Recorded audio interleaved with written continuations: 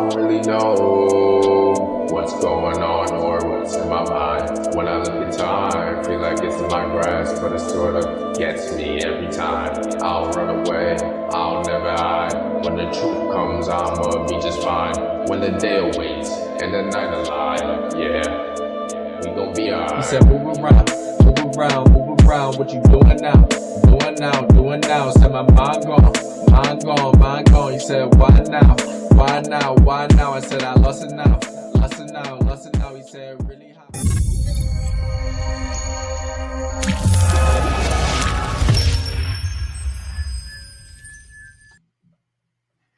Shalom, family. Welcome to another episode of our show where some of the brothers from the body of Christ Church. And as always, it's a blessing and a pleasure to come out and bring forth the words of the living God to his people. And as you can see the title, we want to continue with this topic we've been hitting. And the more we go down the rabbit hole, the deeper the rabbit hole gets. It's the Anunnaki, the new age sci-fi religion. It's a continuation of the Doctrine of Christ versus the Doctrine of Devil. It's like the fifth part we doing on this, and I was hoping this would be the last, but as I talk to brothers, man, there's so much more information that needs to be brought out about this, because this thing is spreading like wildfire. And as we look into it, it's a bunch of madness, and there's so much to expose. Because it's going into mysticism and witchcraft and Satanism, and is like I said, the rabbit hole gets deeper and deeper as we go down in it, and it's like a Pandora's box. Just so much information to bring out on this thing. But what we're gonna do this week, we're gonna continue from last week, because one of the things we was doing last week was showing you. We begin to show how this thing is not connected with how the ancients worshipped these false deities, which is known in mythology, the Anunnaki and stuff like that. The ancient people didn't worship it. This is like a new age thing where they talking about these guys was on chariots, or what the world will call now UFOs. And we went into some books that were being written by Zachary Stitchins, and how Zachary Stitchins, different Assyriologists and Sumerianologists and things of that nature was saying that the interpretations that he had of these tablets are not accurate. And some of the things he's saying, he didn't give the location of where he was getting it at. And it was a misinterpretation, mistranslations of the tablets on a lot of things he said. We brought out some information about that last class we did on this topic. And we also showed you some things about Billy Carlson. And we really want to continue on it because there's so much more to hit. But this, the first part of this class, I want to kind of focus on how the contradictions on what he's saying, and how the ancient people and scholars now that study the ancient ways that people worship these the pantheon of gods, starting with ancient Sumer is where the Anunnaki originated from, sons of Anu, and how it's being interpreted nowadays. And then we want to start diving in and taking a deeper look on why is this thing being so perverted and corrupted, and by taking a look at the people and the connections that they have. And hopefully this thing could be edifying. I'm let my brother come in, and because he's a lot more knowledgeable in a lot of these things than I am. So bring some of these things out for me, brother. Unpack it for me. Okay, giving all praises to the Most High through Christ, and anything I know is from the Most High in Christ, giving me the ability to know it. So it's not all me. Praises. It's not, yes, all praises. It's not me having the intelligence. It's the Most High showing the stuff to me and giving me the ability to relay it back to my people for their edification. And this topic, the Anunnaki, and I'm purposely mispronouncing it on purpose. I'll just leave it like that. This topic is very dangerous because I didn't watch the Rogan thing yet with Cat Williams, but you were telling me That Cat Williams was even talking about it. Yeah, yeah, he was. Yeah, and I think that's someone mentioned it. yeah, and it's very dangerous because this is a dude that when you look at his track record, and this is how subtle they are. He's been speaking truth to power. They've been arresting him, never went to prison. He's been in jail, never went to prison. They've been arresting him for all this stuff. He spoke about this. He speaks very cryptic, like when he was talking about when Suge Knight got shot, right? Okay. Nobody, right? Has a good way with his words. Now he goes viral for speaking the truth on Shannon Shay podcast. And now he's on Rogan. Now he's talking about it. Now it's getting more traction. But you see how this dude has a history of speaking truth to power and blah, blah, blah. So now when he starts talking about this, what are people going to automatically say? Well, it must be something about it. No. Yeah, he can speak truth about him being in that realm because he said he went and dealt with it to get truth and all that other stuff. But that truth that he's talking is the truth about the people that's in that industry's wickedness. Now, when he brings this up, people think he's automatically speaking truth about it. So that's how subtle Satan can be. Not saying that that dude is satanic, but when people talk about stuff without knowing about it, or maybe they know about it, but they're being paid to talk about it because that's their function, to draw people away from Christ. All right. And not saying that that's what he's doing, but it's very dangerous when people talk about things that are not good for our people as concerning following Christ and repenting and getting power from that. When they speak about things that will draw us away from that, that is not a good thing. All right. So that's how this thing is dangerous. And this whole thing with the mistranslations, the dudes don't give references. They don't say museum, collection number, location number, tablet number, section of tablet, or stele or whatever. They don't give out these references so people can go look it up. That's a very dangerous thing because you never know what they're going to do. But our people flock to it. And that's the dangerous part that I'm talking about, because somebody will say, somebody with that fame and that history of speaking truth to power, they'll say Anunnaki, and I'm purposely mispronouncing that on purpose. They'll say that, and people will run to that because he has a history of speaking truth to power.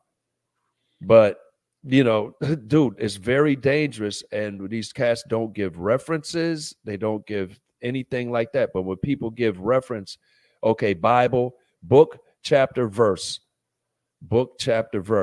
this is false. Oh, no, man, the white man wrote that book. Who was Zechariah? Dude, who was Zechariah Stitchens? Who was Eric von Daniken, who started that thing with Chariots of the Gods in 1968 before Zechariah Stitchens? All right. So who started these doctrines that Billy Carson and other people are talking about? The white man wrote those books. You go on Billy Carson's website, Graham Hancock, Morals and Dogma, Manly P. Hall, Aleister Crowley. Wasn't those are recommended reading books on Forbidden Knowledge website, right? Who wrote those books? Wasn't they white men?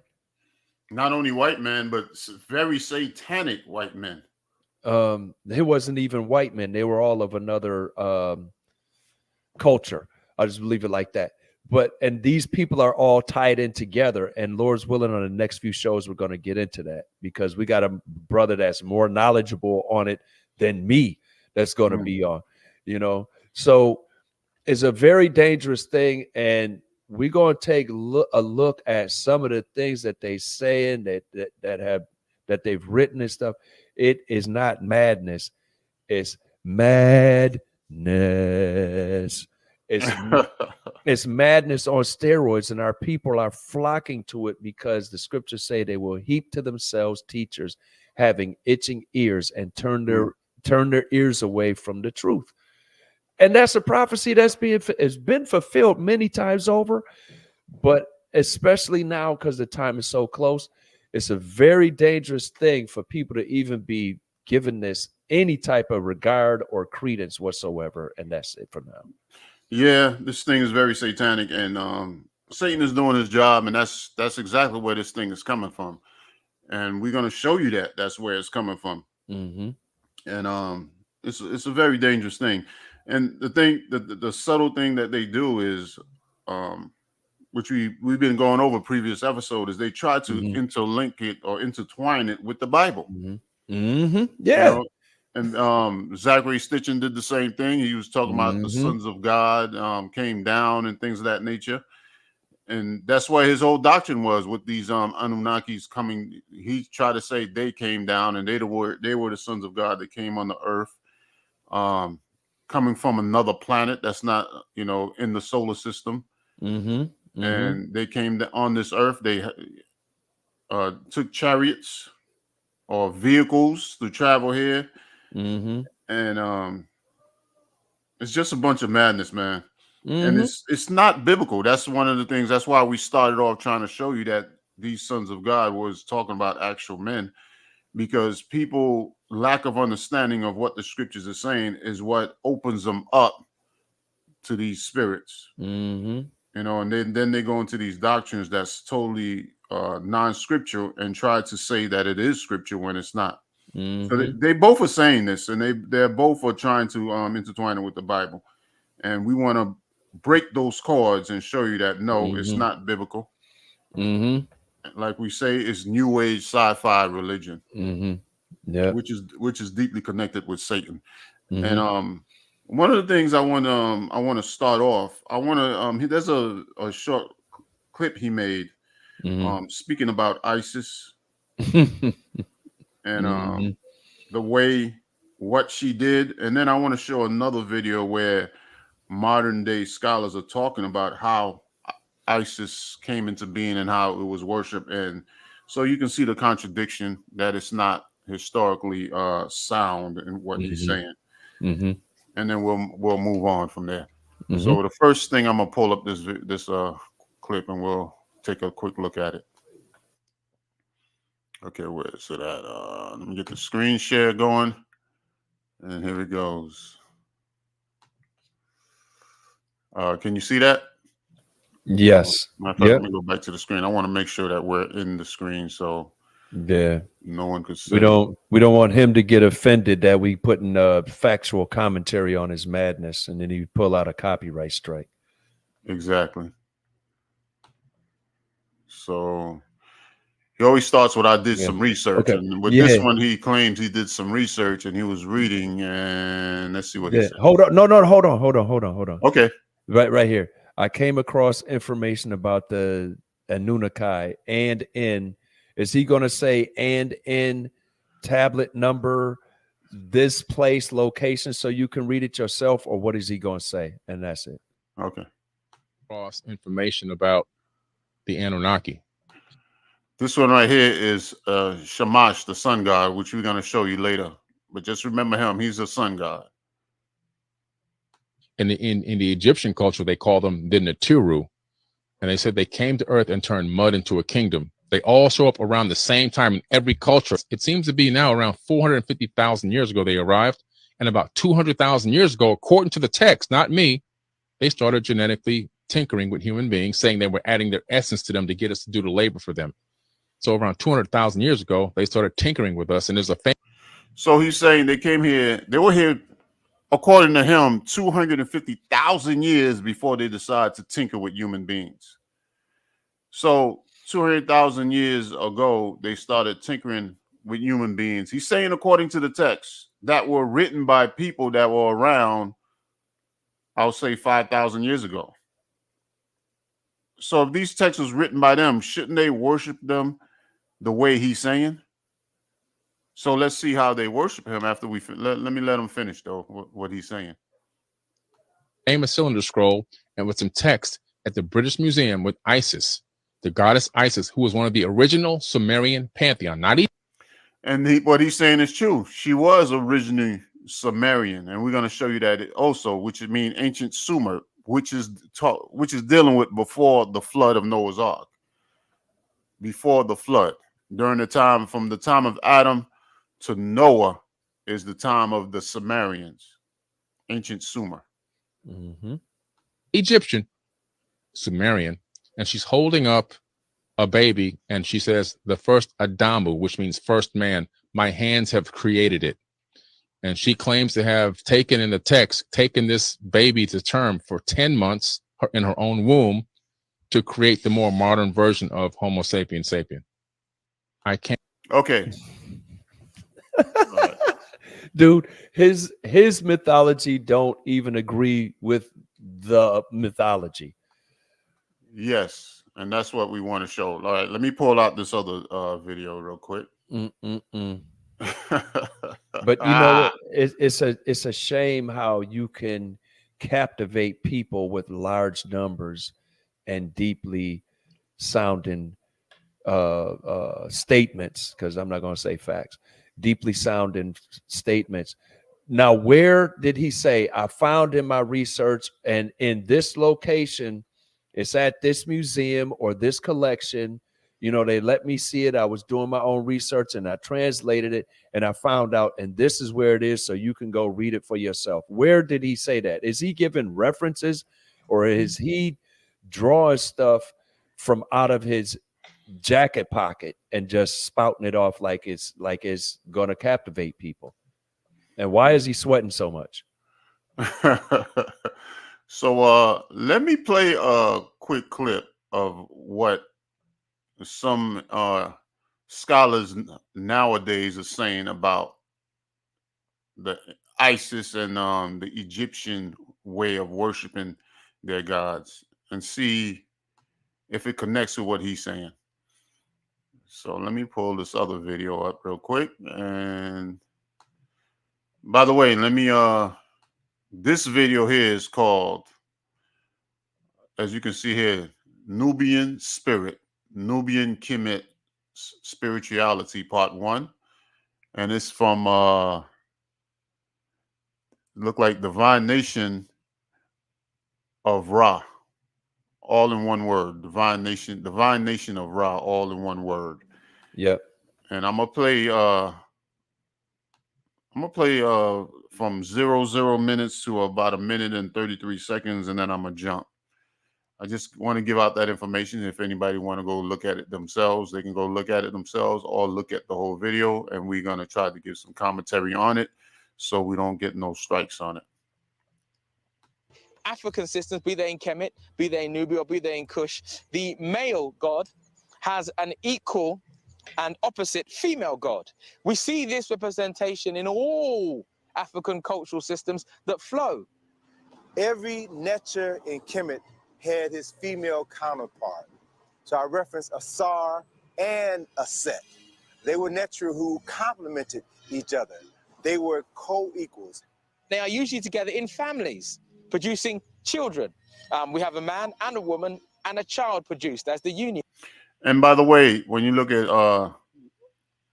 he gave the what they would say is Kemetic name for him, but the Greek name for it is basically Horus and Isis, or Osiris and Isis is the first two. Then they had the son Horus, which was the Greek name, which modern people know the Greek name because we're under Roman Greco rule.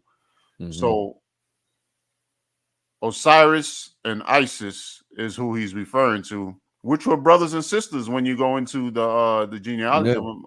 I can't even say genealogy, wrong word. The family tree. Yes. Yeah. We can pull that up if we did last week. We did last time. Yeah. All right. Yeah. Let me let's listen on. It's going to bring out more information about it. Yeah. We tend to think of the deities as a family. It's not quite so biological. It's more religious. In the beginning, there was only Noon, the original ocean of chaos that contained the beginning of everything to come. Ra, the sun, was born and appeared to rise from the surface of the water. So this is what creation, how they were created. Ra came out of the water. It wasn't, he didn't come down in a UFO from another planet. He came out of the water. This is what they believed. Okay, hold Ra on, then gave hold on. First of all, we had the Trinity with the Father, Son, and the child. Then you got the fire and water, as above, so below, all of this stuff right here. And that's all through all religions, you know, and mythologies. Okay. But it has nothing to do with the ancient text that Mr. Carson is talking about. Yeah, and we know that a lot of stuff that they believe now in Christianity is basically coming out of Roman Catholicism, which Constantine is a starter of Roman Catholicism, which he was also a worshiper of sun god Sol Invictus when he made that conversion, when so claimed conversion into Christianity, but he intertwined the sun god worship with Christianity, which we have now in modern day Roman Catholicism. That's why a lot of these people say, well, you're plagiarizing. No, what's being plagiarized is Roman Catholicism is plagiarizing sun god worship and incorporating it into Christianity and saying it's biblical when it's not grounded in biblical beliefs. It's more grounded in Roman Catholicism. Yep. So let me continue. from the surface of the water. Ra then gave birth to 2 children, Shu, the god of air, and Tefnut, the goddess of moisture. Shu and Tefnut then had 2 more children, Nut, the goddess of sky, and Geb, the god of earth. So these individuals are brothers and sisters that are having children, but they're supposed to be gods. And if you notice, they personified them as things that were created by the creator. Yeah, things in nature, so called. Yes. And they all have their opposite counterpart or a companion counterpart. Like the dew and the moisture, it comes from the air, you know, because it's all this other stuff, as above, so below, all this, you know, companionism that's it's pervasive throughout a lot of dogmas. Okay. Nut, the goddess of sky, and Geb, the god of earth. And so with them the physical universe was created. From the union of Geb and Nut, 4 human children were born, and so the story of civilization begun. So what we see here, the 4 human children that they created, 2 of them was Osiris and Isis. So according to what they're saying, these beings weren't actually gods in the beginning, but they were actually human beings in the beginning. How they morphed into being gods is another story. So let me go up a little. And as I said, I gave everybody, the listening audience, this is on YouTube, the location and the name of the video, so you can go look at the whole thing if you want. This is it right here, Nubian Spirit. It's a very short video. It's only 8 minutes and 31 seconds. I would say it's very informative to see how these people worship this mythology. So I'm gonna fast forward to about 3 minutes and I'll say about 33 seconds, 32 seconds, and pick back up. Arranged in families. 3 of the most important Neteru in Kemet were Asar, Aset, and Heru. Or to give them the more usual names, Osiris, Isis, and Horus. These 3 deities originally came from Kush. Now, when you look at Kush, what they're talking about is the first empire that was set up in the Bible was ruled by Kush, Nimrod, who was a Kushite. And all these kingdoms on the world migrated out of ancient Babylon, which was ruled by the Kushites. And they migrated to their particular locations that they are now, and they took the customs of ancient Babylon, which was under the belief that was carried on from the Anunnaki, or that was being worshipped before the flood. And we went over that in the previous shows on this topic, how they migrated out of this area here. So that's what they're talking about. Hold on a second. Yeah. Cush was in Mesopotamia. Yes. Not before they migrated to the Nile River, which is what that illustration is now. So even this guy is a little off with history. But I mean, well, he's talking the later history, because we all know that the Egyptian, Kushite, pharaonic, whatever, pre-dynastic Egypt culture was set up by a migrating / invading force from Sumeria. All right. Let me back roll a little. Okay. From Cush. These are very, very important triumvirate. The stories are as much mythology as they are history. Now, according to Diodorus. Now, how the hell is mythology and history? Well, I guess you could say in history they worship mythology. I guess you can say that. Message. Siculus, who was one of the ancient Greek historians, Osiris was originally a community leader of very early Kush. He doesn't call him a king of Kush, but he makes. So you see this? Osiris, known in Greek as Osiris, or Ashar, pardon me, Ashar, known in Greek as Osiris. So he's saying he was, they basically describe him, if you think about it, it's like kind of like the first Adam and Eve from the description they given, but at the same time, there's other people on the earth, because they're saying that he was a ruler or a wise person. That, matter of fact, I'm jumping ahead a little. Let me hold on one second though before you jump ahead. As of 2017, this dude in this picture right now is not so dark skinned, and I'm just gonna leave it at that. Who you talking about? Him right here? Yeah, they've been painting over the faces of the skin color of the Egyptian gods. It's all going along with that doctrine that the southernmost part of Europe is Egypt, because they're trying to rewrite even the ancient history. Okay. Kush. He doesn't call him a king of Kush, but he makes it quite clear he was a leader. Asar is regarded as the founding father of Kemet. He unified the two lands. He established the first nation state in the recorded history of humanity. He is said to have introduced writing, the writing which the ancient Kemites referred to as Medu Neter, or the writing of God when it was written, or the words of God when it was spoken. He is also said to have introduced agriculture and theology. Also decided to take civilization to certain parts of the Nile Valley, as well as to other parts of the world. Asar married a beautiful Nubian woman by the name of Aset, who was his co-regent, not his inferior, his co-regent. And when Asar decided that he was going to travel to other parts of Africa to share his technology with his brothers and sisters on the continent.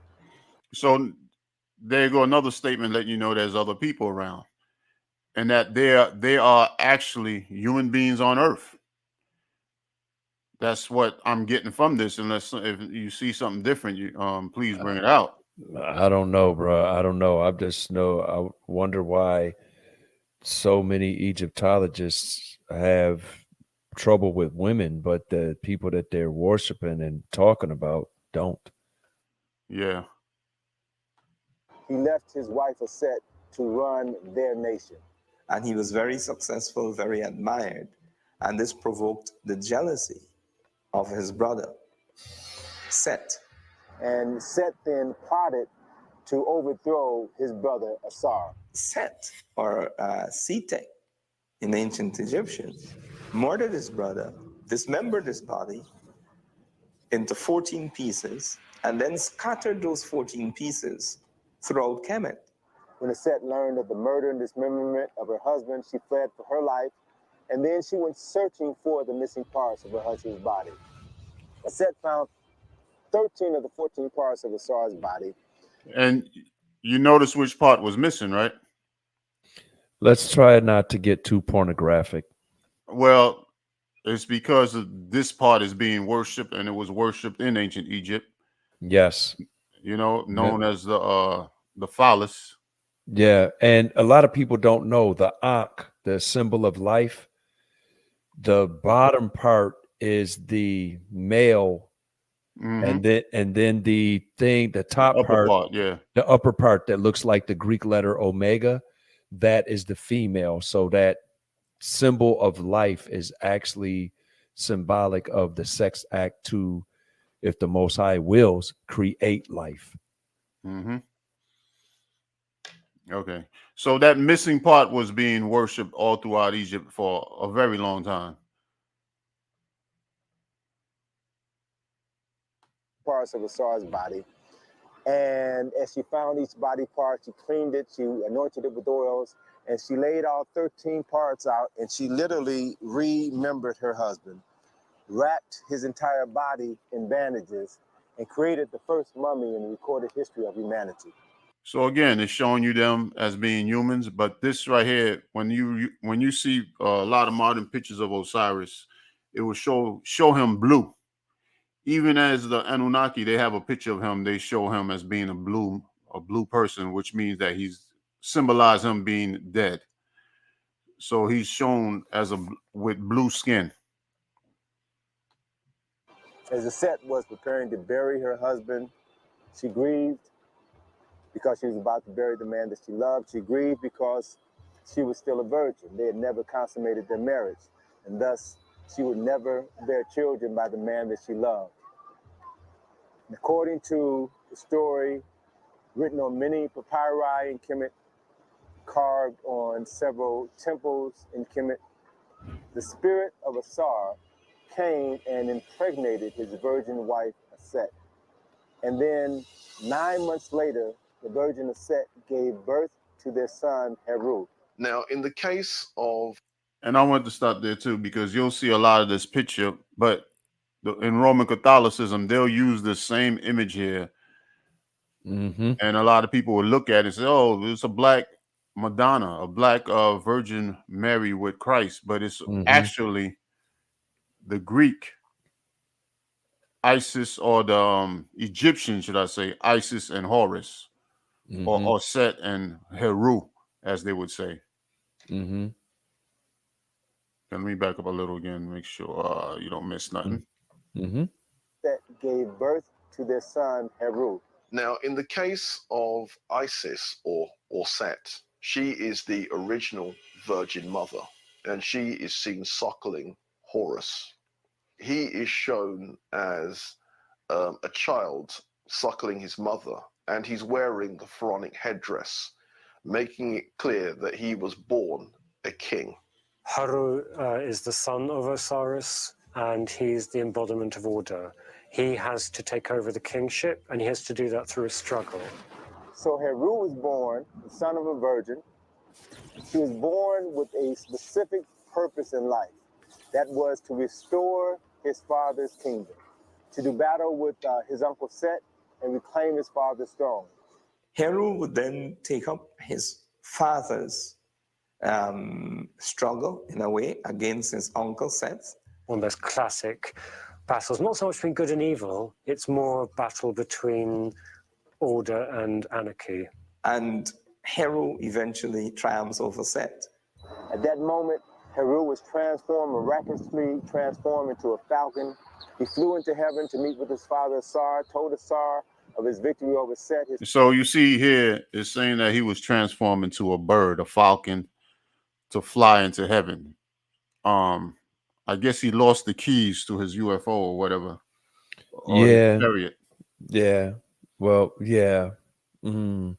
Interesting. And that has never happened again in the history of the world, except in another mythology. You know, I'm just going to leave it there. All right, let me just a little more on it, and we'll move on. Father blessed him, and Heru then returned to Kemet as the legitimate heir to the throne. And when he ascended to the throne, the symbol of the Heru Badet, the winged sun disk, was a symbol that was carved above the entrance of every temple in Kemet to serve as a reminder of Heru, fulfilling the reasons for which he was born. And at the moment, Heru. All right, that's basically it on that. Most people have. Let me yeah, that's yeah. So brother, go ahead. Well, they do have this. It's well published that they do have this information carved in rock and written on a lot of different papyri, you know, in different collections, and it's over in carved in rock still in Egypt, or they've taken tablets and stuff and, you know, cut out sections or recovered sections that where it's carved in. So this can be proven.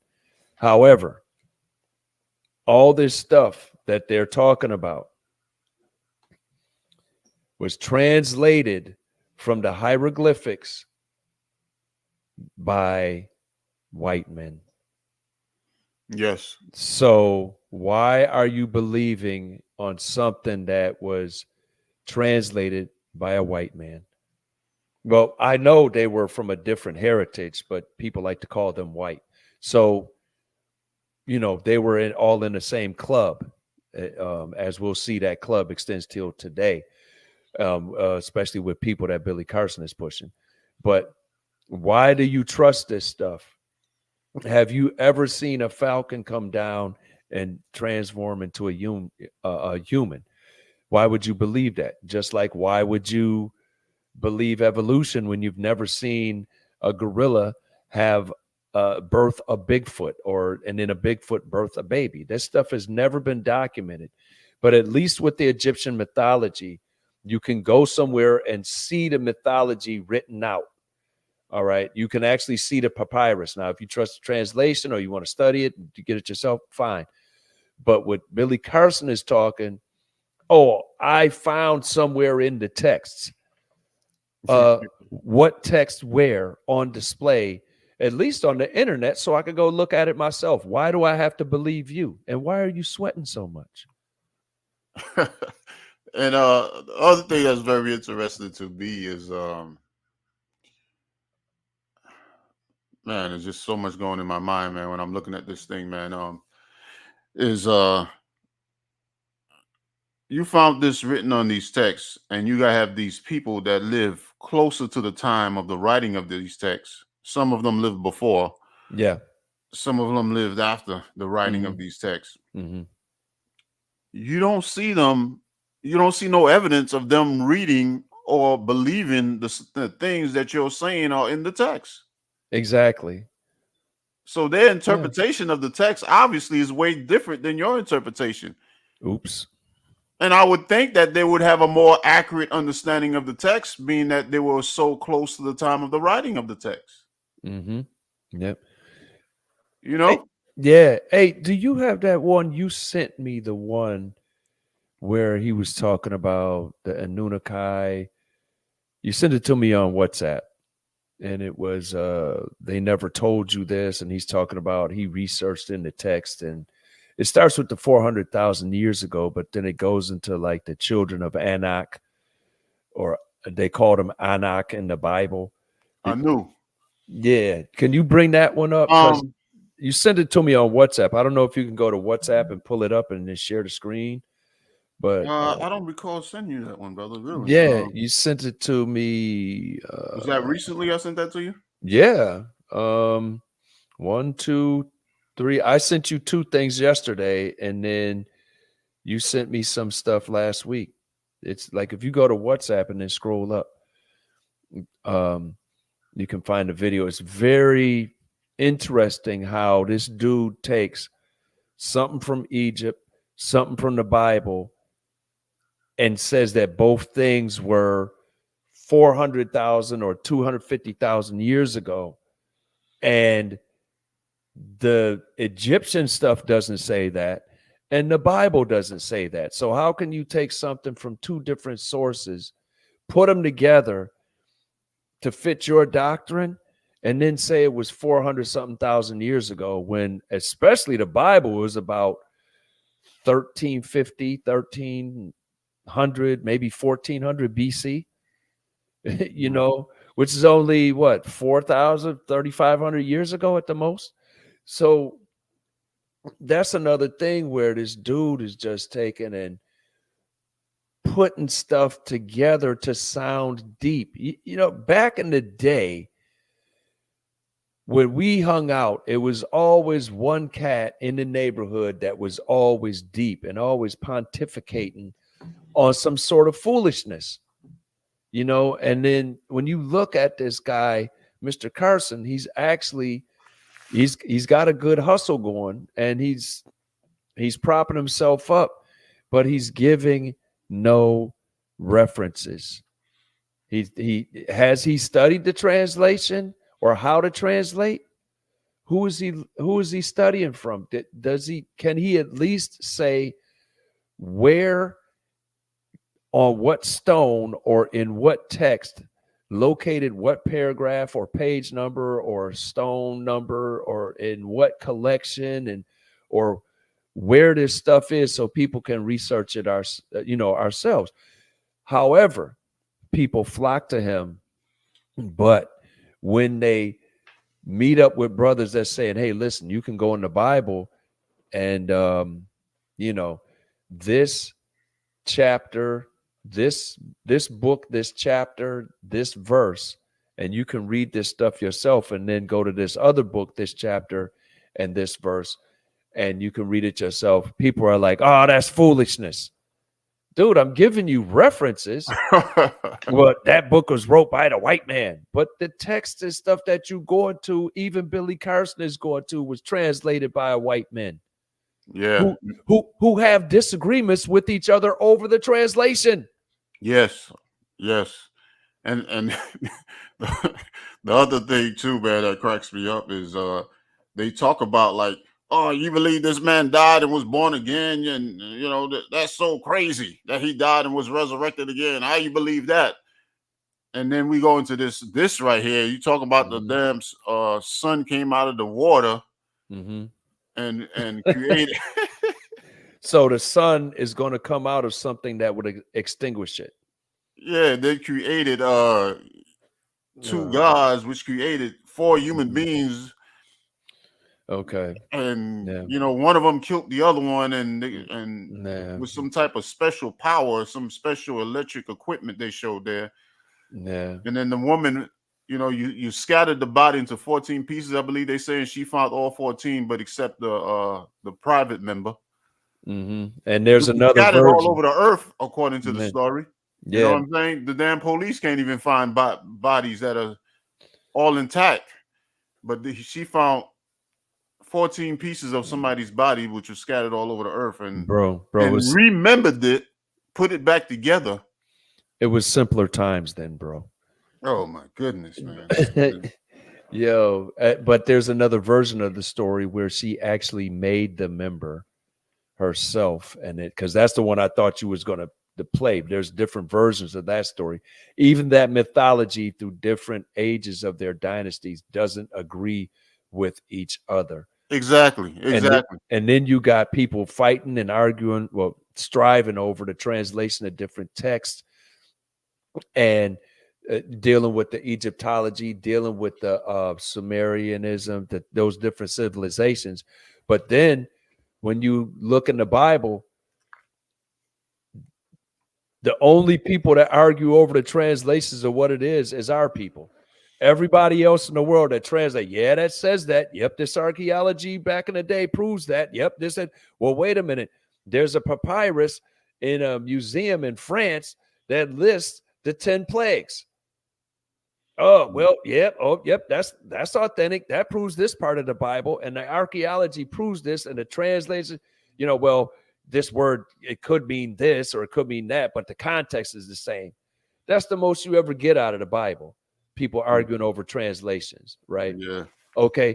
But these philosophies that Billy Carson won't even tell you the exact location of where it is or whatever. The guy that he learned from and he's picking up the torch from, and to make this money, they argued about him with his taking artistic liberty with translations. Yeah. You know what I mean? So, and then the mythology and different dynasties and stuff of Egypt doesn't agree. And then you got people arguing over translations of that. So now, why are people going into this stuff when it's a whole bunch of chaos and the only settled science and way of life, which how to live is not mentioned in by Billy Carson or Sumerian or Egyptian or Assyrianic text. The only way of life of how to live and that's settled and stable is the Bible. That's what I don't get. Yeah, exactly. Very interesting. Yeah, I want to play another clip because I want us to look at how they did worship these different pantheons. And you said something very important too, because you said as you go down from different dynasties, the orders change on how they worship these different pantheons. Yep. But not only different dynasties in Egypt, but as you go into the different empires that came out of ancient Kush, the different empires that migrated to different parts of the world as it stands today, they worship themselves, these different pantheons in different fashions and different forms, all the way down to the Roman Empire. And this is something I want to look at real quick. Before I play, there's a video I want to play that we played last week. I'm not going to play as much as we played on the last show. Not last week, but the last show we did. But there are two key points I want to pull out. I want to pull out one way that they looked at these pantheons, and I want to go to a scripture showing you how they looked at how Israel was looking at them, and how they were looking at them even in the New Testament. Just two scriptures I want to pull. But before I pull out those two scriptures, I do want to play that video that we played on the last class, because they did mention in this video, it's called Mind Blowing, the Anunnaki and Nephilim. 4K documentary is the name of this video. Let me pull it up. You know what? While you're pulling it up right quick, I want to say you said a very interesting point. You know, do you believe in somebody that was raised from the dead and all this other stuff? What do you think, or where do you think the term saved by the bell came from? Because they used to think people was dead back in the day, and they would actually go to exhume them later to find out why they died, and they found out that they had woken up and was trying to claw their way out of the casket. So they actually, when they buried people, they would put a stand up with a little bell on it that had a string connected to inside the casket. So if somebody did wake up a couple days later, that they could pull on the string and ring the bell, and then people that were there waiting, you know, could actually ding them up. That's where the phrase "saved by the bell" came from. Wow, I never heard that. That's deep. Yeah, but it's not me being deep. It's fact. Go look it up. Go look it up. So people that has happened to people.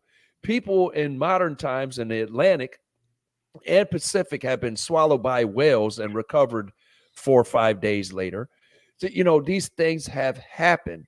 Unicorns in the Bible was rhinoceros. So why do people not believe the Bible? It's because they don't want to come to that light and have to look at themselves and fix themselves. That was it, bro. Yeah, good point.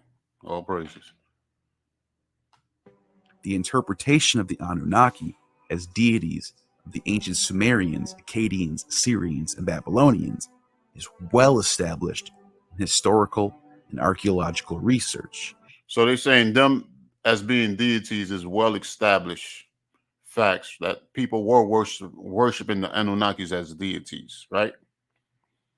However, in recent years, the Anunnaki have taken on a new life in the realm of pseudo-archaeology. Hold on.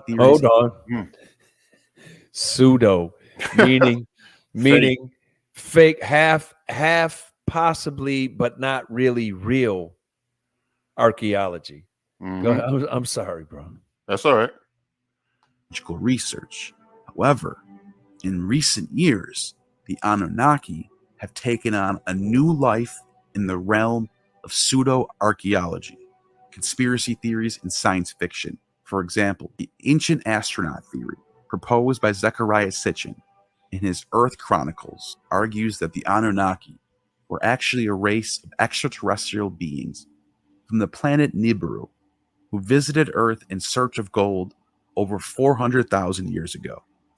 According to Sitchin, these beings genetically engineered Homo sapiens as a worker race to mine gold.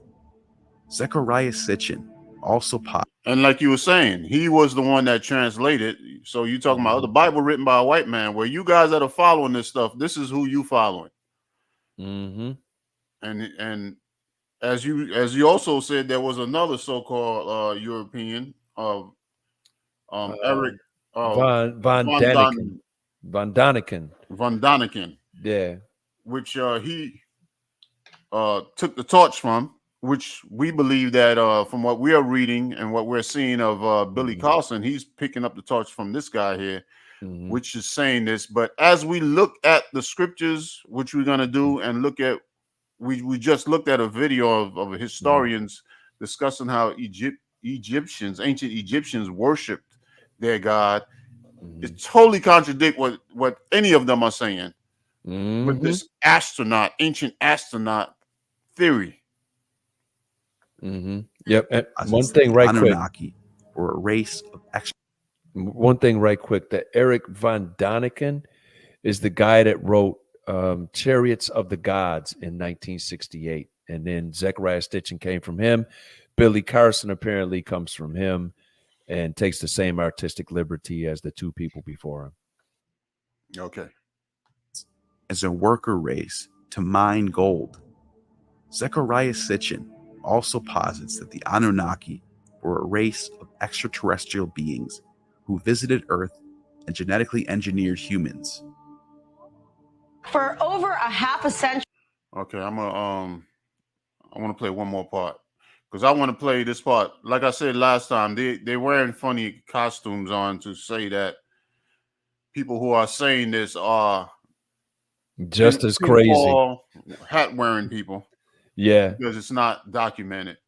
And then we went Lord's will, we're gonna in the future we're gonna take a look at where these people's Zachary Sitchin and somebody like Billy Carlson, take a better look into them and their belief system.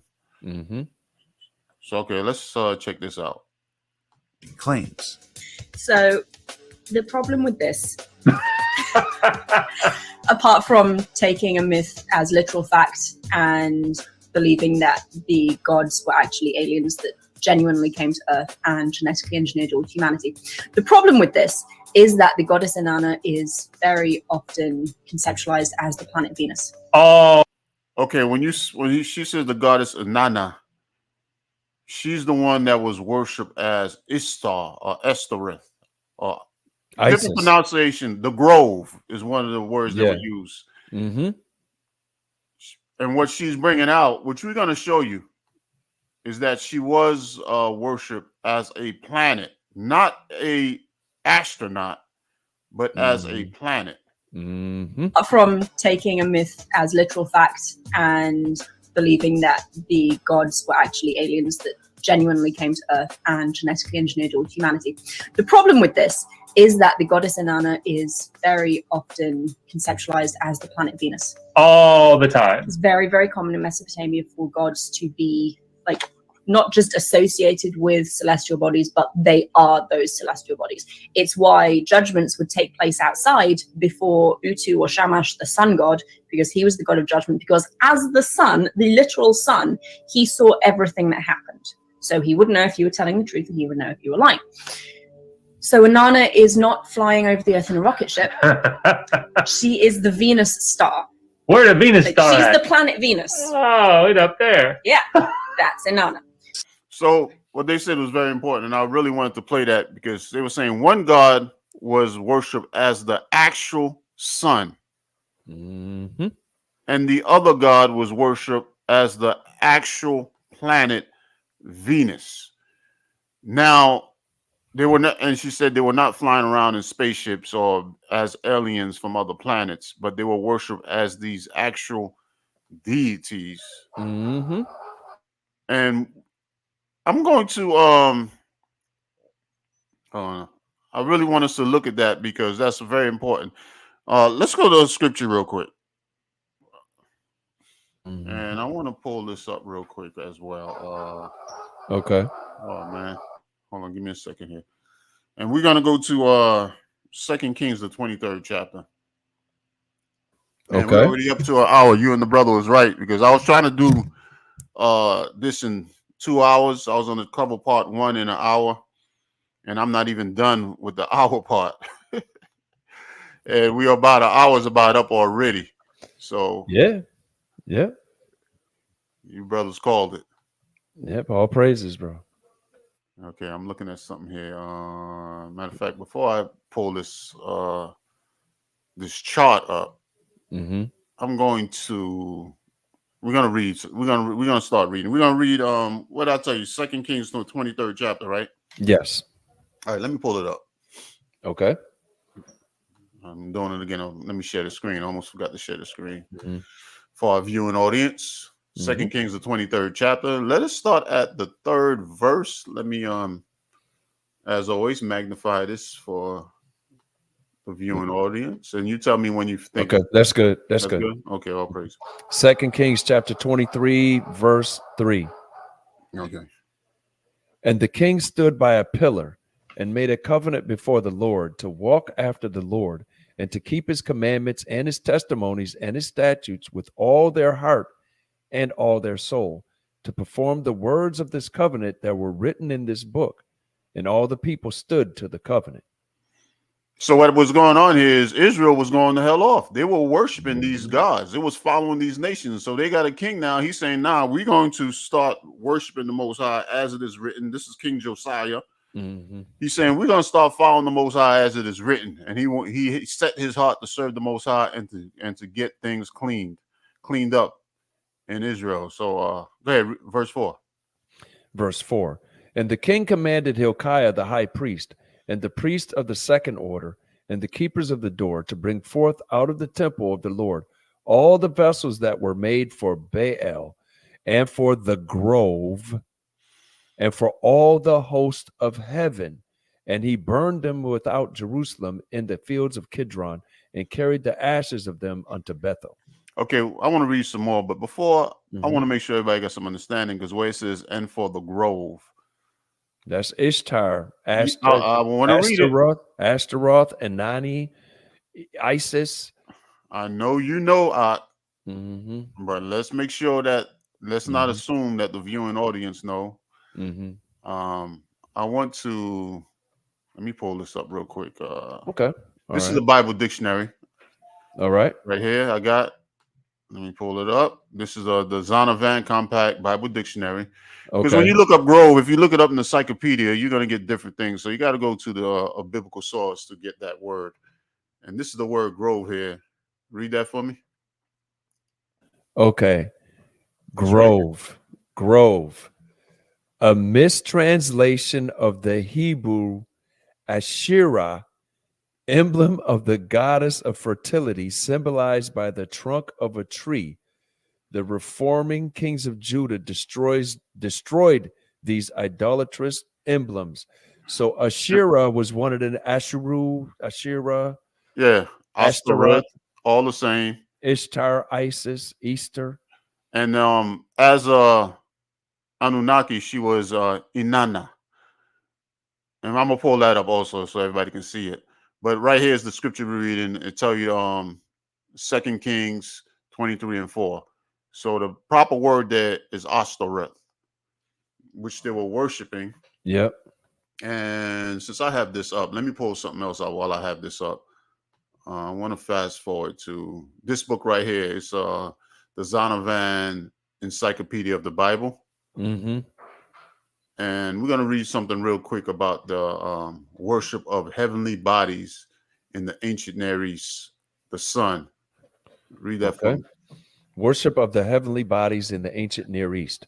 A. Sun. The worship of the sun was widespread. In Egypt, the sun was worshipped in its various aspects under different names, the chief of which were Re and Aton. In Assyrio-Babylonia, the sun appeared as a male deity called Shamash or Shamash again. Chemos. Shamash. We showed you that. Yeah, Chemos. Yes, Shamash. or Ute, Mm-hmm. Utu, which is Sumer. It's all part of the Anunnaki. Mm-hmm. It went from Egypt all the way down to online. Like you were saying, they put different names, different spins on them. Mm-hmm. That's what's going on here. Mm-hmm. So go ahead, read on. So he wasn't, Yep. Shumash wasn't on a chariot. He was worshipped as being personified as the sun. Yep. Appeared as a male deity called Shamash, Sumer, Utu. The same word used in Ugarit as Shapesh was thought of as female rather. In Canaan itself, old place names such as Beth Shemesh, house of the sun, probably reveal the early practice of sun worship, meaning they worship these deities as the sun and the planets. Mm-hmm. At Ugarit, this practice may have taken place on rooftops, just like in the Bible, it says they went to the high places, like up in the mountains to worship. Yeah. All right. And they did the same thing. They worshipped on top of their houses. They just want to get as high up as they can. So that's why it refers to it as high places in the Bible. Thinking they're getting closer to them by being on a rooftop. Skyscrapers, huh? At Ugarit, this practice may have taken place on rooftops, as is mentioned in the Bible. The fact that Shemesh was called a chariot rider in Assyrian text might explain the placement of horses and chariot at the entrance of the Jerusalem temple as idolatrous sun worship. But it goes back to who was that? The goddess Ptah appeared as a chariot to carry the sun through the sky, I believe. But she was symbolized as a calf with a female calf with horns. And we're going to show a couple of pictures of different kingdoms worshiping that god with shows rays coming from behind his head, and he has a chariot and a bunch of horses. They say he went through the skies daily as the sun rising, but he was not in a UFO.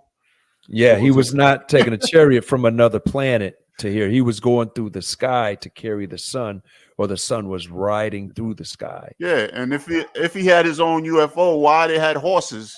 What you're gonna read? This is 2 Kings 23rd. It'll show you right here where we at, but this is the 11th verse, and it speaks of that, and we're gonna go through that for the viewing audience. Okay. So let us. There's something else I want, but before I go back, let me. You know what? Let's read one more verse, and then there's some other stuff I want to show on the screen. What do I do with this? All right. We're gonna go back to 2 Kings. What verse we stepped off of? That was what, the fourth verse? Fourth verse, yes. All right, let's read verse 5. 2 Kings 23, verse 5. And he put down the idolatrous priest, whom the kings of Judah had ordained to burn incense in the high places in the cities of Judah and in the places round about Jerusalem, them also that burned incense unto Baal, the sun god, to the sun and to the moon and to the planets and to all the host of heaven, because that's how they worship their gods, as personifications of the sun, the moon, the planets, and the other stars in the host of heaven. Yes. And let me pull up this chart. I'm going to pull up a chart of these planets. Okay. Give me a second here. Let me get this, get the proper chart up. Oh, I have it.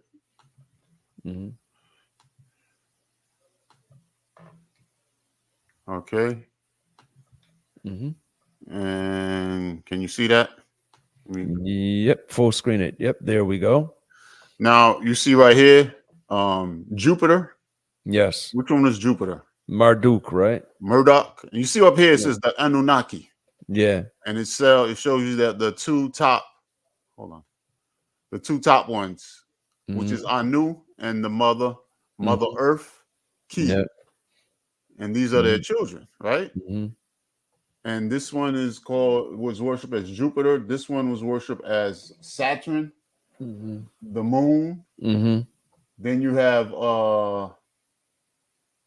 Shamash or Uta, the sun. Mhm. Oh, can I make this a little bigger? Please. I can't, man. That's all right. And I can't get this to go down unless I hit play. And that's why I didn't want to hit play, because it moves. Yeah, that's all right. Don't worry about it, bro. Just leave it like that. All right. The video is called Mesopotamian God's Family Tree. You can go there and look for it yourself, because when we deal with these classes, we give references. Yeah, you see right here, Inanna, Mm-hmm. or Inanna. Yep. Inanna. Ishtar. It says Ishtar under it. Yep. And this is you can tell this is a Anunnaki. Mm-hmm. And it says Venus. Wow. Then Tumas, which they worship as well. Mm-hmm. And so Tumas is also in the family of the Anunnaki. Yep. And you got Mercury, which is known as wisdom. Yep. And he's also the line is here covering his name. I can't move that down. Yeah. Then you got Mars over here, the god of war, Nergal. Mm-hmm. So this is basically a precursor of Greek mythology. So you went from Sumerian, Babylonian, Egyptian, Assyrian, Egyptian again, and then Greek, basically. Well, the Greek and the second Egyptian was at the same time, competing, I guess. But then when the Greeks came up, they just adopted all of these things and put it in their religion. And then the Romans, and then Romans basically morphed into Roman Catholic. And then all of Black and brown people's religions were either absorbed into the Catholic thing, as the Catholics went, whether they were English, Portuguese, or French or British, they went around the world and absorbed little things into that religion, based on the things that the people of these areas in the world wouldn't let go. Like the rosary beads came from Africa and also from like China, because you remember the karate movies, you always had the monks with the beads, Buddha bless you, with the beads and stuff like that. So they absorbed that into the religion. Then over here from North Central South America, they absorbed different things as well, but they spread their religion. And then guess what? The religions of today, for instance, Protestant, Lutheran, Calvinist, Baptist, Kojic, all of that stuff comes from that Catholic overlord religion that was, it wasn't actually biblical based. It came from Roman, came from Greek, came from Egyptian, came from Sumerian. So it's the whole same mythology, because when you have like different saints and stuff that you pray to for deliverance or for safe travels or stuff like that, people used to pray to different gods that represented planets that had the ability to give you success in travels or wartime or whatever, different things like that. You pray for wisdom to this saint, but they prayed to this planet back in the day that had these characteristics that was named this god. It all goes back to eliminating the Most High and Christ of the Bible, who you are supposed to pray to for wisdom or safe travels or things like that. It's all an escape from that, because with the Most High and Christ, you have to look at yourself and get yourself right and live right according to their dictates, so that you may have your prayers answered. All right. Yes. With this stuff, you just didn't. You just had to pray and pray money and observe, and you could live how you wanted. And something you said too about they pray to these different gods for different things. You see that in Roman Catholicism, but they try to clean it up. They don't say it's gods, but like you said, they say it's saints. But it's the same thing. Yes. They praying to these different saints, which is similar, very similar to what they did, but they call them gods instead of saints. Exactly.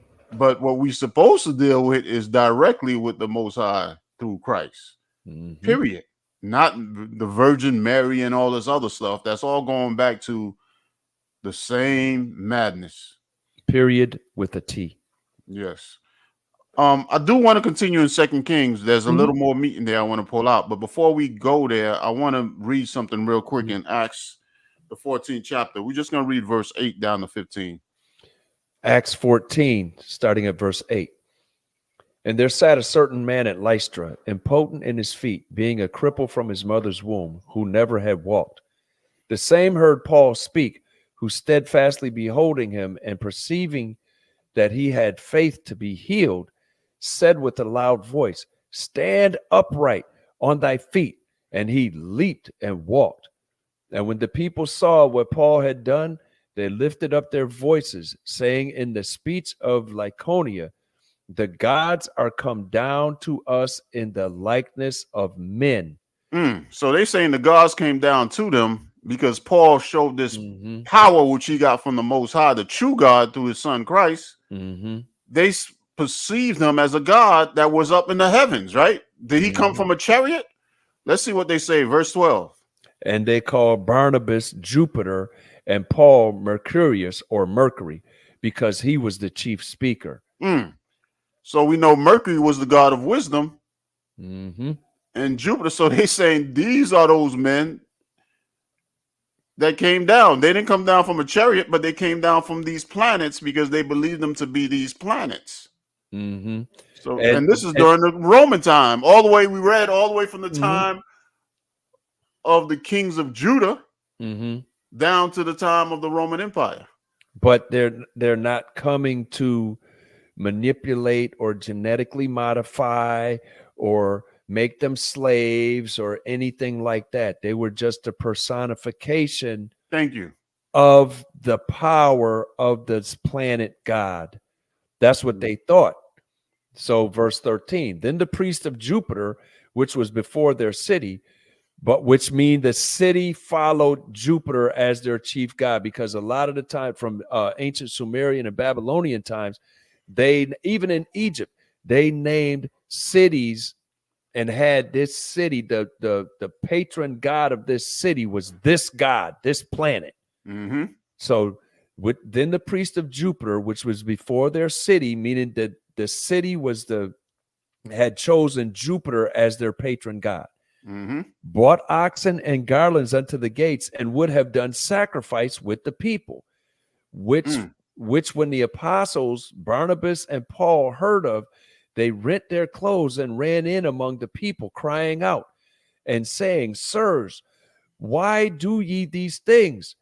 We also are men of like passions with you, and preach unto you that ye should turn from these vanities unto the living God, which made heaven and earth and the sea and all things that are therein. So the things that you worship is the creator of the things that you worship as gods is the true God.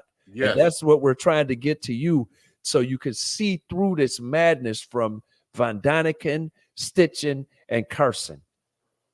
Yes, and it was an evil thing too. That's why they rushed. Don't worship us men as gods or the planets. Worship the true and living God, which created all these things. Thank you. He's the one that created. He's the one we need to worship. And what his thing is not that, oh, just come to me and I'm gonna bless you. I'm gonna bless you. I'm gonna bless you. His thing is stop the evil that y'all doing. We got to stop doing evil. And because that he wants peace and harmony. And that evil that they were doing was worshiping these false gods, which is what Mr. Carson, Mr. Stitchen, and Mr. Von Daniken were teaching us to do. They were teaching us to worship different personifications. Well, this Anunnaki did this, and that Anunnaki did that, and they created this, and they have the power of that, and they have wisdom, and they have warlike qualities. No, all of that stuff is in the Most High through his son Christ, and that's how we're supposed to get with the Most High, is through Christ. But we have to examine ourselves and repent from this madness that is being taught out here in this world even today. Yes.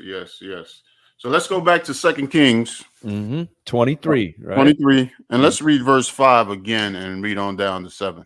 Okay. 2 Kings chapter 23, starting at verse 5.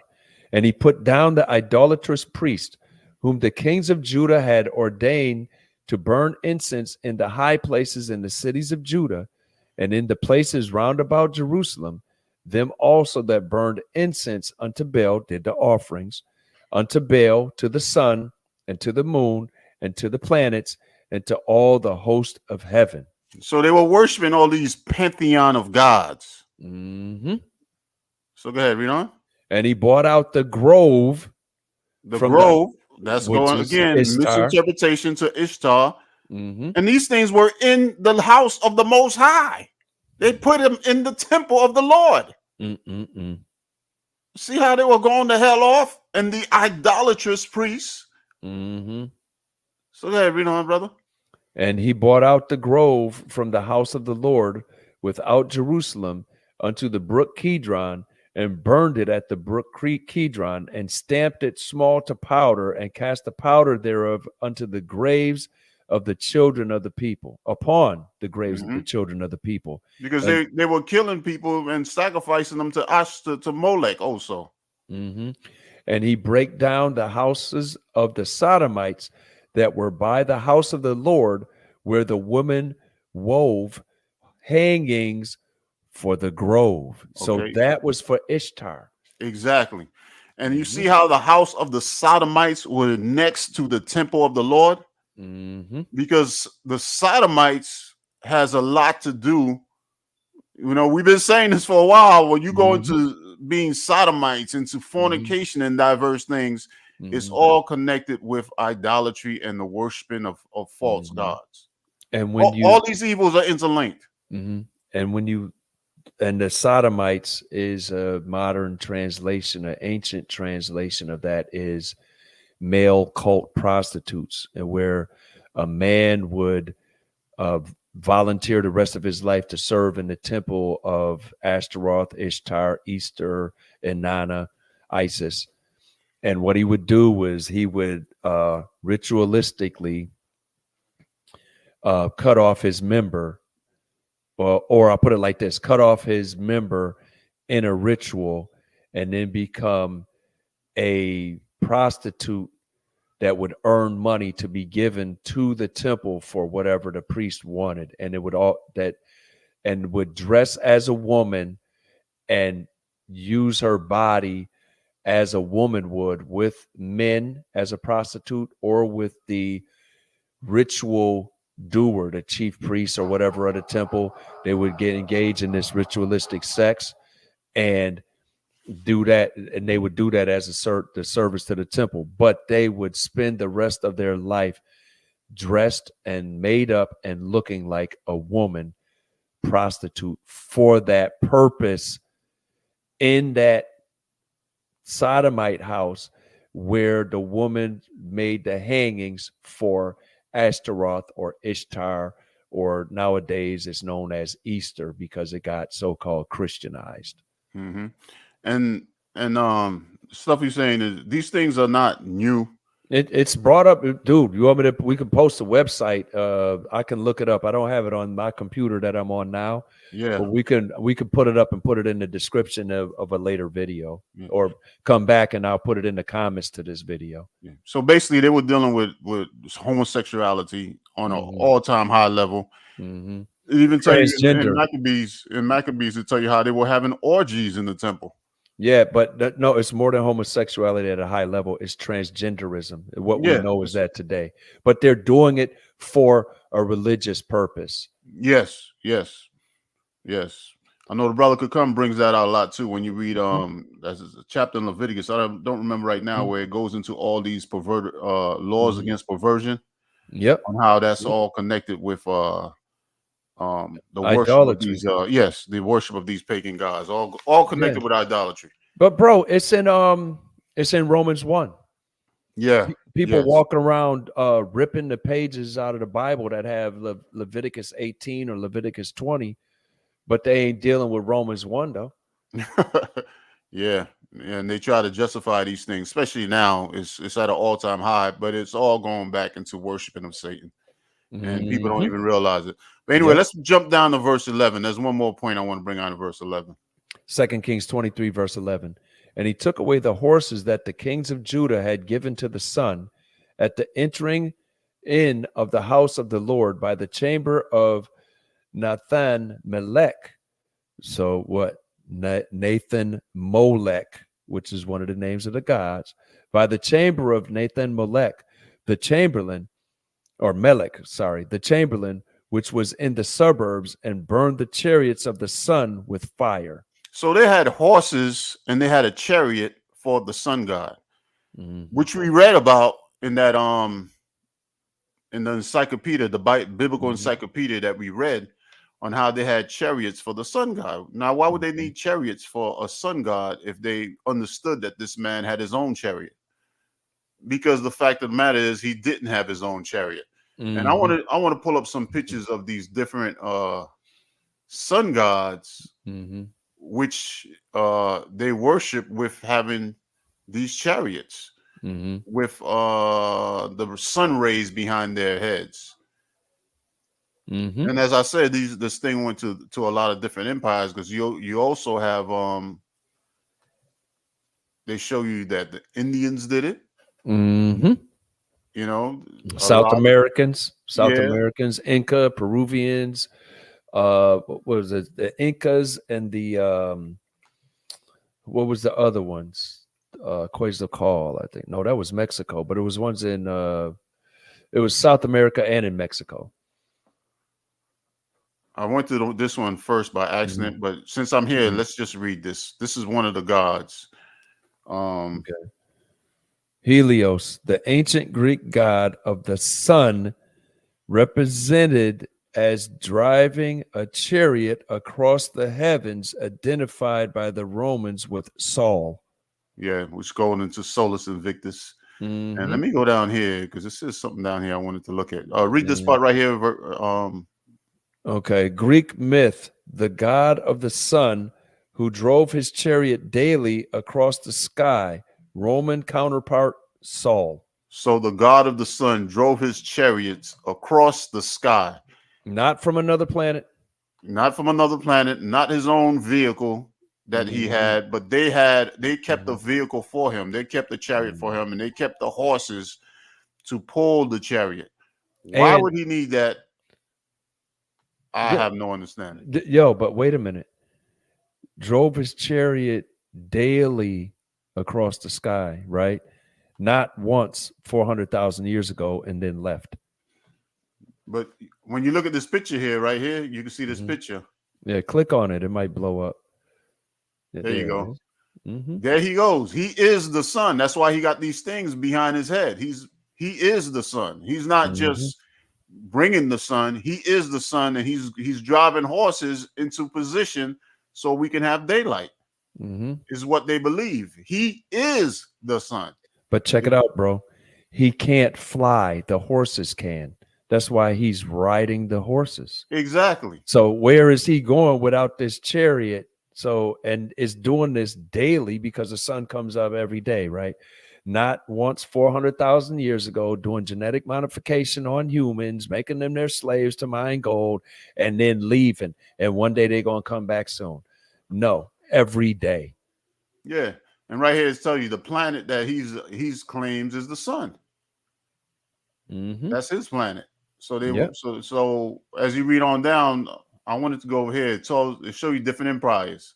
Roman, Sol Invictus. It show you the Norse, which are German. Etruscans. Canaanite. Shemesh or Chemosh is mentioned Egyptian, in the Bible. Egyptian, Ra. The sun god. So these different empires, they all have different names for the same madness. Mesopotamian, Uta, which we already went into. There go that picture of him again. Shamash. Well known Anunnaki. The Bible mentions him as, I think it was it Stephen in Acts 7 mentioned him as Shemosh, I think it was. Let They me even see. give them a day, Sunday. Mm-hmm. Yep. That's why this world worship when they worship on Sunday. Mm-hmm. There's a Hindu one too. I wanna pull that one up real quick. Mm-hmm. The Hindu. When they say oh, he's mentioned Moloch and Remphan in Acts chapter 7. That's what it was. Here goes this one right here. The Hindu solar deity. Yep. Click And on you see that. the sun behind him? Yeah, click on that. Yep. Because he can't fly. He needs the horses to fly. Yeah, the Hindu solar deity. Mm-hmm. And he does it every day. He does it driven across the sky in his chariots. Mm-hmm. And he does it every day, not once 400,000 years ago. Then 200,000 years after that, he left and then never came back. And we understand why the Hindu, which is also East Indians, have the same philosophy. The Greeks, the Romans, they all have the same doctrine, all deriving from, because they all were there in ancient Sumer. Yep. They all were there, or should I say Mesopotamia, after the flood. All these nations were there, and they took these customs with them. And through the ages, they kind of did a little changing here and there. But we see these same customs all among these different nations. So Babylon, or that was known as the ancient Babylon, is very much still here. The confusion is very much still here. Okay.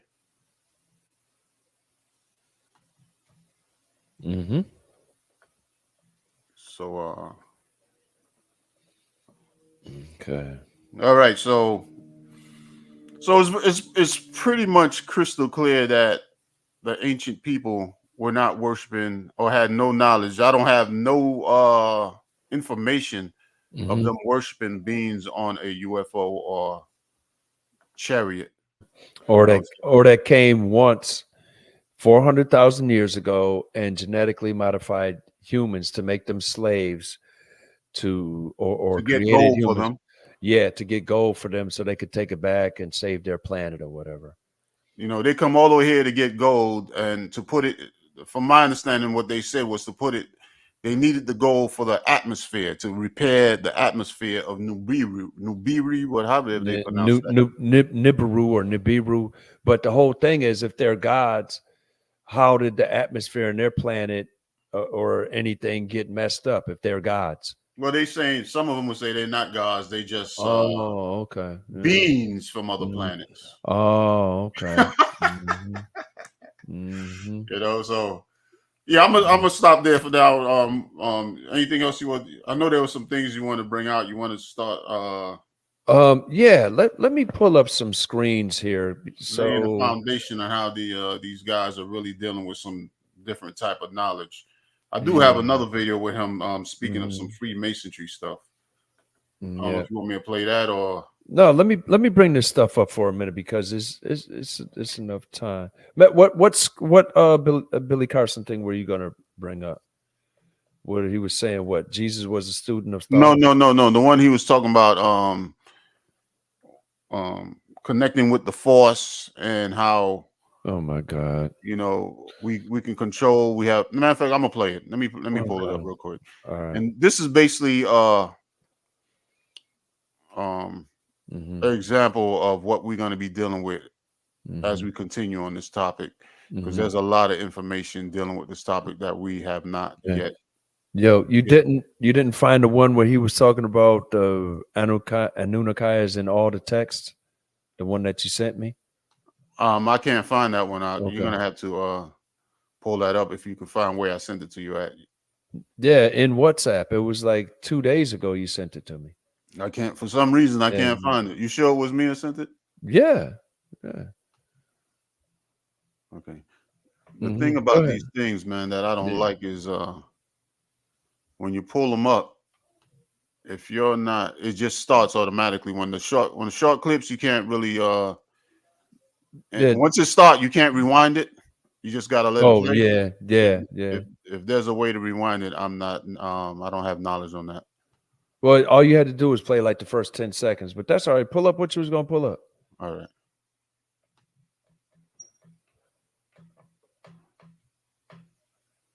All right, here you go.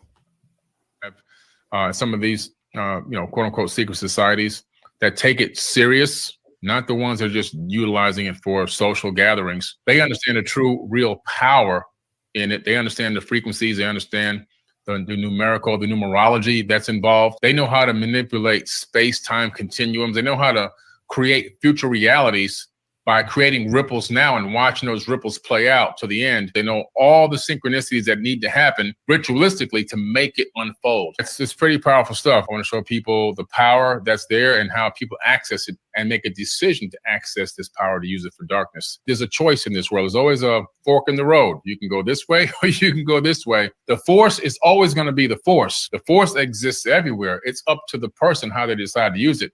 The people who are at the highest level who really understand the masonry and have some of these, quote unquote secret societies that take it serious, not the ones that are just utilizing it for social gatherings. They understand the true, real power in it. They understand the frequencies. They understand the numerology that's involved. They know how to manipulate space-time continuums. They know how to create future realities by creating ripples now and watching those ripples play out to the end. They know all the synchronicities that need to happen ritualistically to make it unfold. It's pretty powerful stuff. I want to show people the power that's there and how people access it and make a decision to access this power to use it for darkness. You heard that? Access this power to use it for darkness.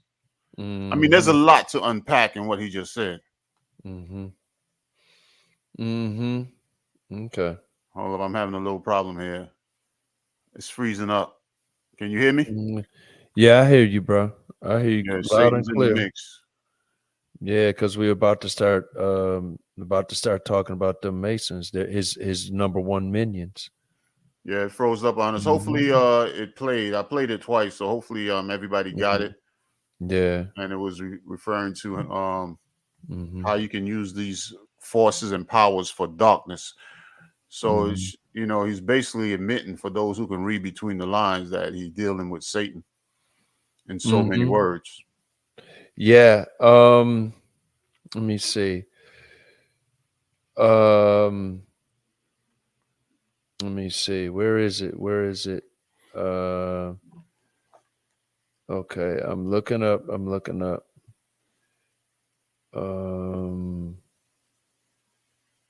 Okay, so the thing is, let me go into this right quick, bro.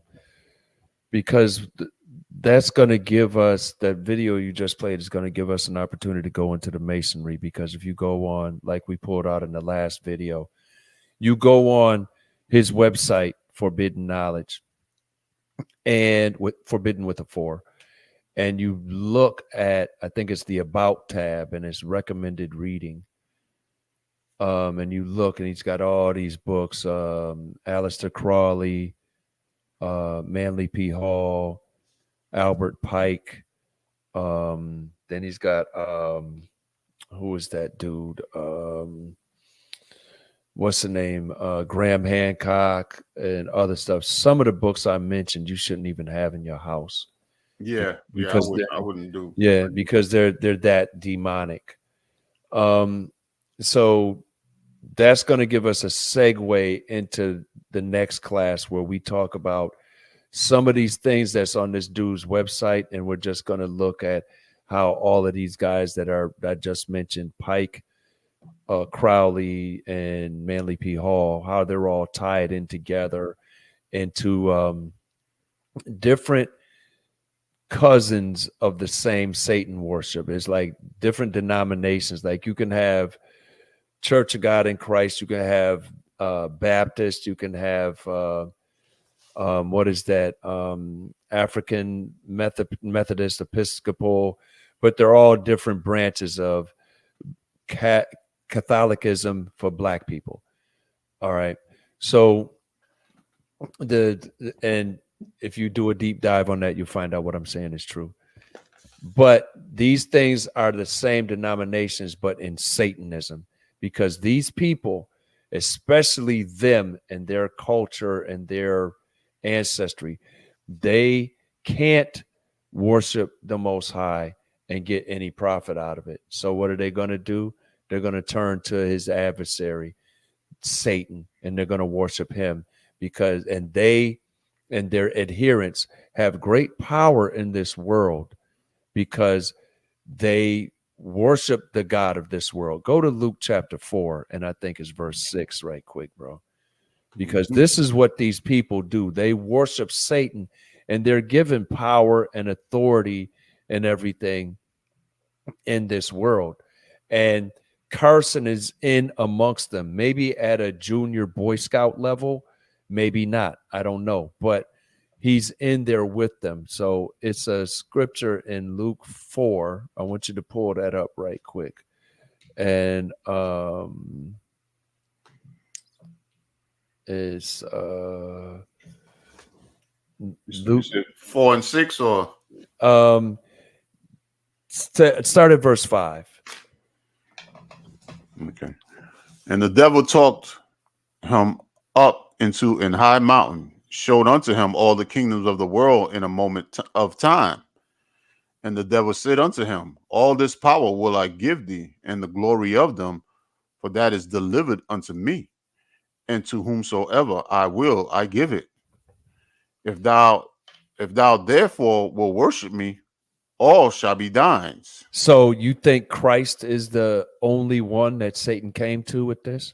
Don't you know about in the music industry, the entertainment industry, they talk about, who was that dude, Robert Johnson or somebody, that he couldn't play for nothing. Then they said he told people he met Satan on a dark crossroads, and he said, listen, I'll make you into a legend if you just sign your soul over to me. Yeah, And that's all throughout music, man. Many artists done said that. All throughout Hollywood, actors done admitted to that. Yes. You know what I'm saying? Yes. So now it's people that worship it. Now, this is also every Illuminati, New World Order conspiracy theory wrapped up into a couple verses. So why, like 25 years ago, was I watching like 400 something hours of YouTube videos when those videos were allowed on YouTube, and coming up with all this stuff? And they're like, yo, when I could have just read these scriptures right here. All right. All the power and the glory is given unto these people that worship Satan, because Satan is the God of this world, and he rules over the children of disobedience. Ephesians 2:1-2, right? When we go, we walk in it, we glory in it, we get energy from it, and we feel the force of darkness. But doesn't it say in Proverbs 4, the way of the wicked is as of darkness? They know not at what they stumble. Yeah, that's the case with this dude and these adherents and all the other things, all the other people that's in this. Even though they have protection from Satan and they're uplifted in this world and stuff like that, they can't win permanently against those that deal with the word of the Most High in Christ. Go to 2 Corinthians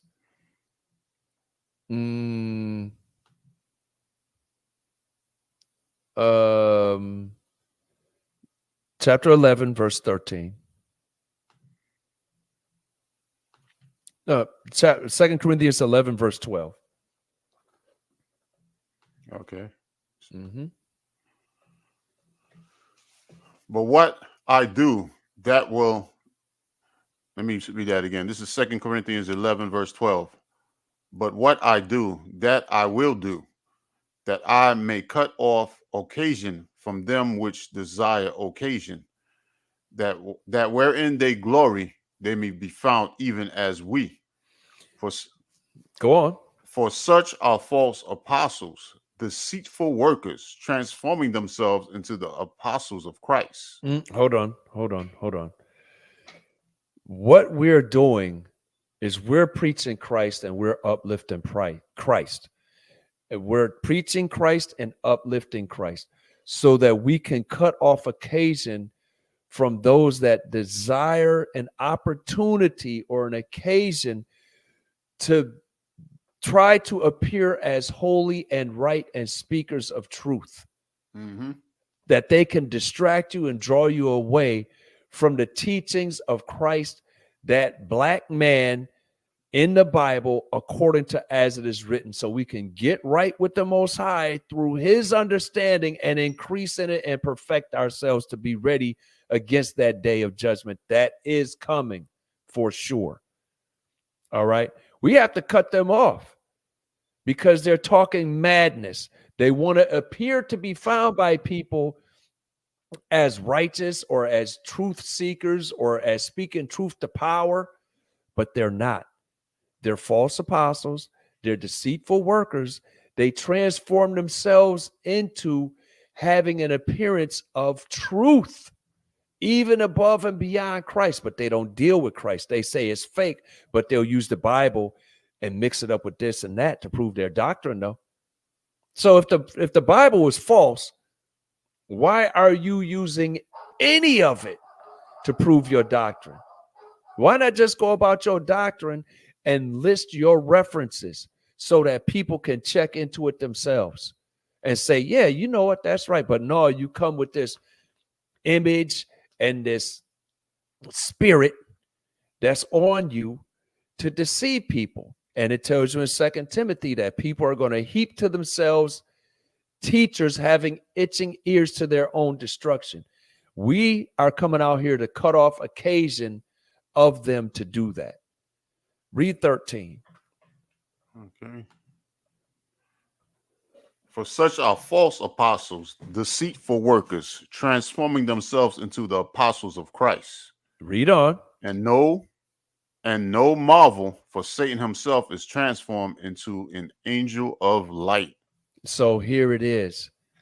Satan will come to you as he has come to these people, the Crawleys, the Pikes, the Halls, the Stitchens, the Van Donikens, the Carsons, the mega pastors, all these other people, the entertainers, right? Calling themselves kings or having people call themselves kings, doing rituals and stuff before every game right in your face, right? They can appear to be true and marvelous and magnificent, speaking truth to power. Nobody checking them. They made this investment. They got this money. They a billionaire. They this, they that. They blah, blah, blah, blah, blah, blah, blah. Yes, Satan gave that to them because that's part of the agreement that they signed or that the oath that they took when they dealt with him and agreed with him to be put up to that because we read Luke 4. Right? False apostles, deceitful workers, transforming themselves into a preacher and teacher of the true way to the Most High, to the immortality. Right?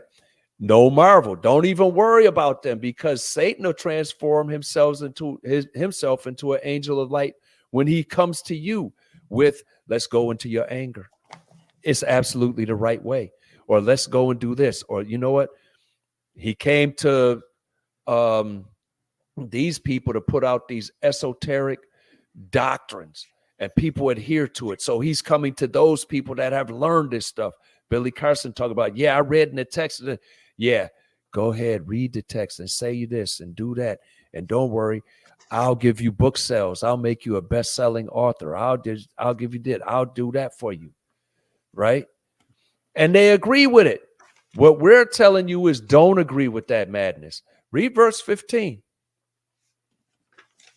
Read 14 and 15 together. Okay. And no marvel, for Satan himself is transformed into an angel of light. Therefore, it is no great thing if his ministers also be transformed as the ministers of righteousness, whose end shall be according to their works. So, if Satan can transform himself into an angel of light to convince us to go into our lust, he can transform himself into an angel of light to make these people billionaires or legend or best-selling authors promoting any different doctrine which is necessary to distract us from Christ. Yes. All right. Yes. But they're going to get reward for that. They're going to get judgment for going against Christ, the Christ of the Bible. I mean, because there's people that teach Christ that are not teaching the Christ of the Bible. All right. So all of them, including Mr. C, right, are going to get the result, the reward for their works. The wages of sin is death, right? Mm-hmm. Okay. So, and you know what it is too. When you talk about Christ being that angel of light, Christ is the truth. So a lot of people are looking for truth, like, you know, what took place, what happened in history, how did the earth get created, how did we get created? You know, this is all truth. But Satan got these agents out here that's saying this is what actually happened, going contrary to what the scriptures are showing us. And people are looking at them, oh, this is a messenger of light here. He has the truth. He has the knowledge of what actually happened. What took place 5,000 years ago? What took place 10,000 years ago?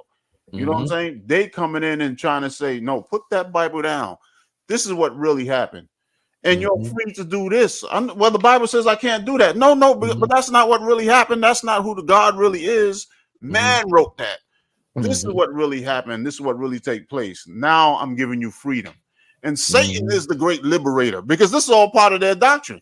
You know what I'm saying? Whom Satan, they call them Enki or Anu, whatever they call them, according to these pantheon of gods, as they say. They're trying to say, like, no, you're free to do this. You're free to do that. Satan is the great liberator. He liberated you, humans in the garden. Well, the liberation that y'all taking hold on is what the problem is. Is that you feel that you're liberated to go against God. Exactly. And in a lot of cases, people don't know God. That's why, let me get Acts real quick. I know I read this part of it last week, but I didn't go to this part right here. I want to pull up Acts, Acts 17. And this is, I'm gonna close out with this if you don't have nothing else. Yeah, I got a little something else. Okay. And then let me be quick. Acts 17, I'm just read 21 down to 23. Okay. I'll get it for you. All right, go ahead. I got it right there. Go ahead, read it. Okay, Acts 17, starting at 21. For all the Athenians and strangers which were there spent their time in nothing else but either to tell or to hear some new thing. And that's what it is when you go into social media now. Yeah. You go into that web of social media, you could just stroll and keep strolling and see something new. Then you'll see a bunch of this dude's videos, a bunch of people trying to tell you about the ancient astronauts and things of this nature, telling you about the Anunnaki and putting a new age spin on it that's not documented in history. And people are sucking it up because they want to hear something new. Oh, this is the truth. This is what happened. This what took place. Go ahead, read on, brother. 22. Then Paul stood in the midst of Mars Hill and said, Ye men of Athens, I perceive that in all things ye are too superstitious. And that's what it is. People are just far too superstitious, man. They just believe, they take on all this stuff and believe all this madness. Okay, read on. Verse 23. For as I passed by and beheld your devotions, I found an altar to this with this inscription, to the unknown God, whom therefore ye ignorantly worship, him declare I unto you. And that's what we're trying to do. We're trying to declare it unto you, because Satan has made God unknown, because God has made himself known through the ages. But now you believe that he's unknown. So any new thing you hear, you go cleave unto it. And then deny the true and living God. But that's what we're here to declare unto you. That Christ, the Mashiach, Yahushua to my Hebrew brothers, he's the one that died for you, to give you knowledge of the Father and how to worship him in spirit and in truth. Because yes, God is indeed a spirit. And the battles you're fighting, you're fighting it on a spiritual level, because it starts up here, then it materializes into your flesh, and you go after these things because you're not knowing and understanding the commandments of the commandments and instructions of the true and living God through his son, the Mashiach Christ. Yep. So with that, I'll hand it to you, and you go ahead and you close it out. Ecclesiasticus 3:21. Now, Bible, right? Ecclesiastes or no, Ecclesiasticus. I'm sorry. Okay. Ecclesiasticus. I'm sorry about that. Okay, then no problem. Let me I have to jump into the Apocrypha. Okay. What did I do here? Okay, it's you could Oh, probably okay, I got it. okay, all right. You said Ecclesiastes 3. 3 verse 21. Okay, I'll pull it Because up. you brought up something, you was like, yo, why people go into this stuff? You got all these people pointing out, ancient astronauts and all this, and this is what happened. This is how we was created, and people want to know what happened in the past. Why is that hidden? What really happened? What's the truth about it? Why is it hidden? Why is it a hard thing for people to? Okay, Ecclesiasticus chapter 3 verse 21. Just start and keep reading. All right, seek not out the things that are too hard for thee, neither search the things that are above thy strength. But what is commanded thee, think thereupon, and with reverence, for it is not needful for thee to see with thy eyes things that are in secret. Stop. So now, do we really need to know the true creation story, or do we need to know how to recreate ourselves in the image of Christ so that we can be right and get to the next phase of life? Well, that's what's going to save us, to know how to recreate ourselves in the knowledge of Christ, because that's what's going to cause us to be delivered. Not only that, that's what's going to cause us to straighten up our lives and the issues that we have in our life with our families, our friends, children, you name it, man. That's where our problems start. That's why they even have a term in this world where they say you need Jesus. Yeah. You know what I'm saying? Because yes, you do. We all do. Exactly. That's where the problem lies. It's not in rec centers and things of that nature. When people talk about all the killings, the problem lies in we need to fix our minds into serving the Lord. But we as humans are so more concerned about being deep with wisdom and knowledge. Oh man, I can know about the aliens and the spaceships and the other planets and the pyramids and what took place here and what took. But that's not healing the issues that you have in your life, and that's not healing the issues you have with the Most High, the Creator, and that's not going to empower you to eternal life. Exactly. What you said about lining ourselves up with the knowledge of the Messiah Christ is what's going to empower us into eternal life and heal us in this present life. Okay, read 23 to 25 real quick, straight through. Be not curious in unnecessary matters, for more things are showed unto thee than men understand. For many are deceived by their own vain opinion, and an evil suspicion has overthrown their judgment. Billy Carson, read on. Yep. Without eyes, thou shalt want light. Profess not the knowledge therefore that thou hast not. So you don't have the knowledge, right? You don't have the knowledge if you're not given references. You don't have it. You're just spouting off the top of your mind. Prove your cause. Doesn't it say that in prove all things, in produce your cause or prove all things. I know prove all things is in 1 Thessalonians 5. But listen, if you can't provide the references so people can go look at it for themselves and determine what the right way is for themselves, instead of just trying to be deep and have followers, it's vanity, bro. You need to stop that, and we all need to repent from that. That was all I had. Giving all praises to the Most High through Christ. Yes, that was a very good point, man. Because there's a lot of things we don't know, and people will go into their minds and deceive themselves and say, "Well, this is what happened. This is how this happened. This is how this take place." But what you need to focus on, like the scripture just said, what is commanded thee, think upon thereon with reverence. That's what we really need. You know what I'm saying? We don't need to know all these other things. That there are a lot of things that are unexplainable, and you got people trying to give you the explanations for them. But what they're really doing is they just speculating. They don't really know. They don't really know about these pyramids and different things that are very unexplainable that took place thousands of years ago. They don't really know. They're trying to piece these things together. But they don't want to know the things that are commanded of them, right? They're not even looking at that. So giving all praise to the Most High in Christ, and Lord's will, we'll if it be the Lord's will, we'll come back. We got to continue on this and look deeper where this thing is coming from and why is it being pushed so hard. And it is to take you away from the truth which is in Christ. Yep. So with that, giving all praises, and may the Most High bless you, bless your wisdom, bless your understanding, and increase the fruits, which is the works of righteousness. Shalom. Shalom. I was so down, I was drowning. I ain't know I had a purpose. Looking for you, I was searching for you, and I'm learning. Yeah. I was haunted by the serpent. Had to keep my soul close, cause the Most High is who I'm serving. Yeah. I was so down, I was drowning. I ain't know I had a purpose. Looking for you, I was searching for you, and I'm learning. Yeah. I was haunted by the serpent.